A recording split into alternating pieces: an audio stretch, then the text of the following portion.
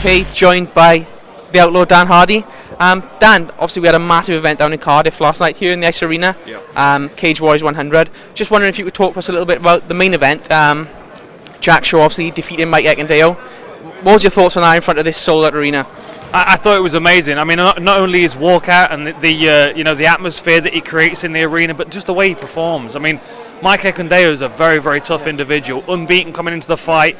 You know, he's a strong wrestler. I expected him to have the strength advantage, probably be able to stay on top and kind of hold Jack down. And I mean, he managed it for the first sort of 2-3 minutes of the first round. Then he started to fade. And I mean, Jack's ability to destabilize his base, to sweep him, to constantly put him in that cycle of defend the rear naked choke or get ground and pound. It was a beautiful performance, and it really looks like we need to see him step up from European level now. Do you think that's the next step? Obviously, it's either the option of defending the belt or going up to UFC. I guess your prediction is that he's going to do the latter. You know, I mean, I have no problem with him sticking around and defending the Cage Warriors belt. I think it would be good for him to get that one more fight, but it's got to be the right opponent. You know, it needs to be someone either on their way to the UFC or on their way back from the UFC. I mean, if I was to pick someone, it'd be someone like Tom Duquesnoy.